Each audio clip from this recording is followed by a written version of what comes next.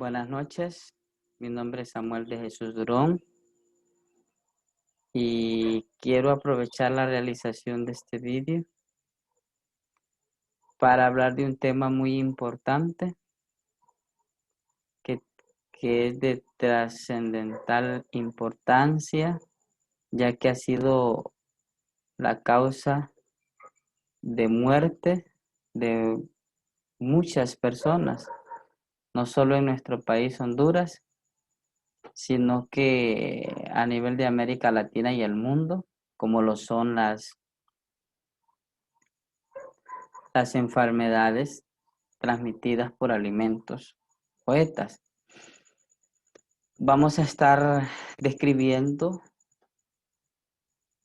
algunas características importantes de este tipo de enfermedades en sí, que son las enfermedades transmitidas por ETA, cómo se transmiten, factores que favorecen el desarrollo de estos microorganismos que son perjudiciales para la salud humana, los alimentos que se encuentran altamente potenciales, que son los transmisores, donde pueden concentrarse este tipo de microorganismos, sus características, los tipos de contaminación,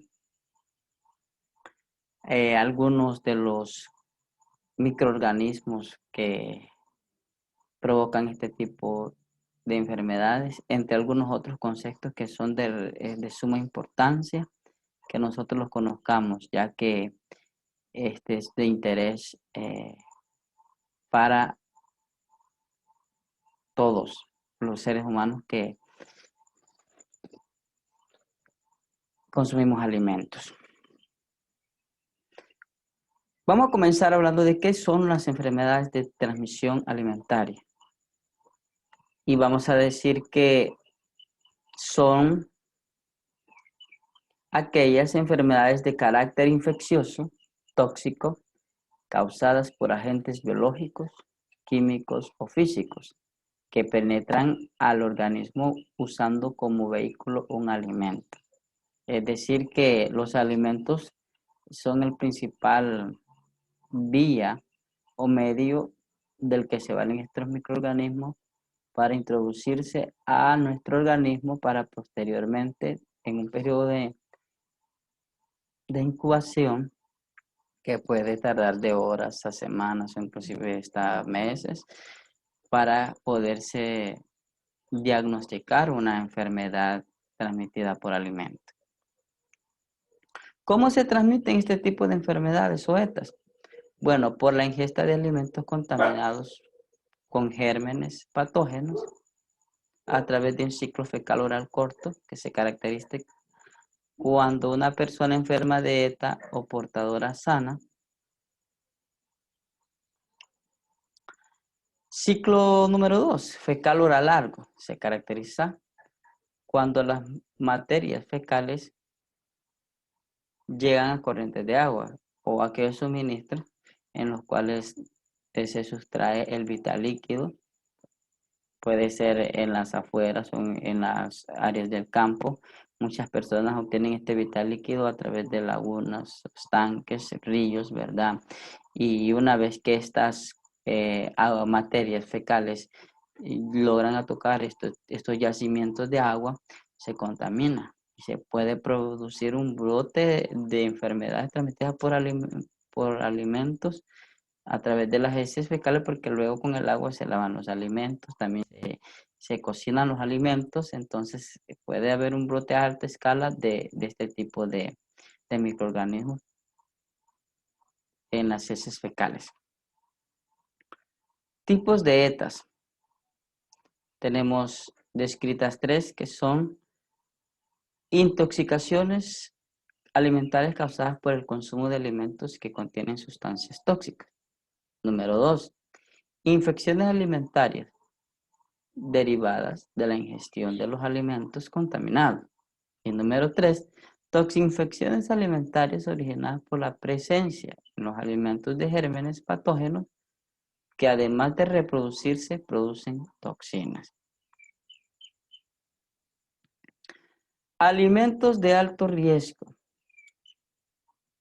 o potencialmente alto que se produzca un desarrollo de microorganismos en estos alimentos son las carnes por ser de origen animal y extraídas del campo, ¿verdad? Que están en contacto directo con las heces fecales ahí en los establecimientos donde se crían,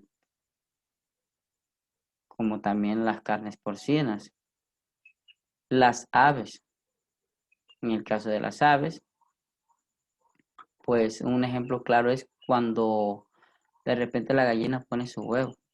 Este entra en contacto directo con el pupú de esta que ha sido liberado anteriormente. Entonces entra en contacto directo y a veces no son pasados por procedimientos rigurosos para la eliminación de dichas bacterias. Mariscos, pescado, los huevos frescos y muy especialmente las mayonesas. Fuentes de contaminación, bueno, las heces fecal oral corta, fecal oral a largo plazo, que es por cuando llegan las aguas, ¿verdad? Eh, los vectores que facilitan el flujo, el intercambio de este tipo de microorganismos son las moscas, los ratones, las cucarachas y la basura, ¿verdad? Que es el cultivo ideal para el desarrollo de microorganismos. Por eso es interesante e importante buenas prácticas de higiene en nuestras casas, hablando de manera personal, o también si vamos a cocinar. Tipos de contaminación. Existen tres: primaria, directa, cruzada. La primaria también se describe como es la llamada también eh, de origen, porque es la que se produce en el lugar o establecimiento donde se han criado las carnes, donde se han criado las aves. Anteriormente le mencionaba que estas están en contacto directo con sus propias heces, con su propia orina. Entonces, es posible que estos animales estén, ¿verdad? Sus carnes contaminadas con estos microorganismos y luego vienen los productos lácteos también, ¿verdad? Que necesitan ser pasados por rigurosos procesos de pasteurización porque estos microorganismos vienen concentrados en la leche. Entonces, es aquí donde se produce la contaminación primaria. Contaminación directa es aquella en el que interviene el manipulador también, es decir, eh, fa faltas o fallas en los procesos higiénicos, hablando en términos personales, también en los procesos operativos, ahí como indumentaria que ha sido tocada con algún objeto contaminado o, o microorganismos al aire libre que estén en espacios contaminados y luego vamos a manipular directamente el alimento, entonces se produce ahí la contaminación directa, con herramientas o utensilios o nuestras manos que estén contaminadas. Contaminación cruzada es aquella en la que de repente hemos utilizado un utensilio para sustraer la parte o una pieza de un producto o alimento ya contaminado y luego este utensilio no ha sido lavado, no ha sido pasado por un proceso de higiene, está contaminado también.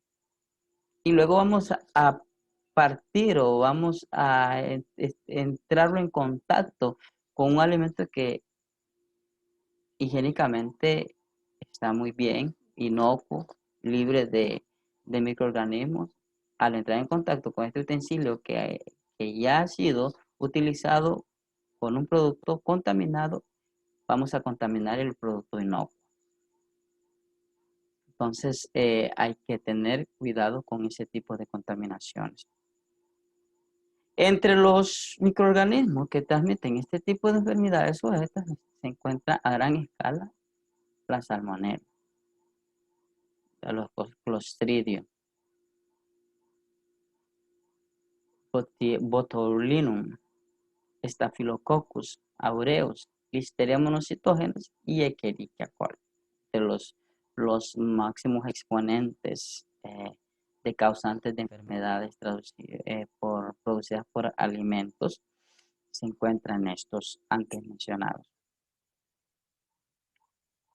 Factores favorables o no para la proliferación de microorganismos, es decir, aquellos factores que vienen a beneficiar o que vienen a incrementar el desarrollo de estos microorganismos. Los factores favorables son aquellos como los nutrientes, las altas concentraciones de agua, la temperatura, el oxígeno y el tiempo. Factores desfavorables, la acidez. A pH más ácidos se les dificulta a los microorganismos poderse desarrollar en cultivos o en productos con un porcentaje de pH ácido, azúcares y sal. ¿Verdad? Se dificulta el desarrollo de estos microorganismos en lugares donde la acidez es alta, hay concentraciones de azúcar y también hay alto grado de salinidad.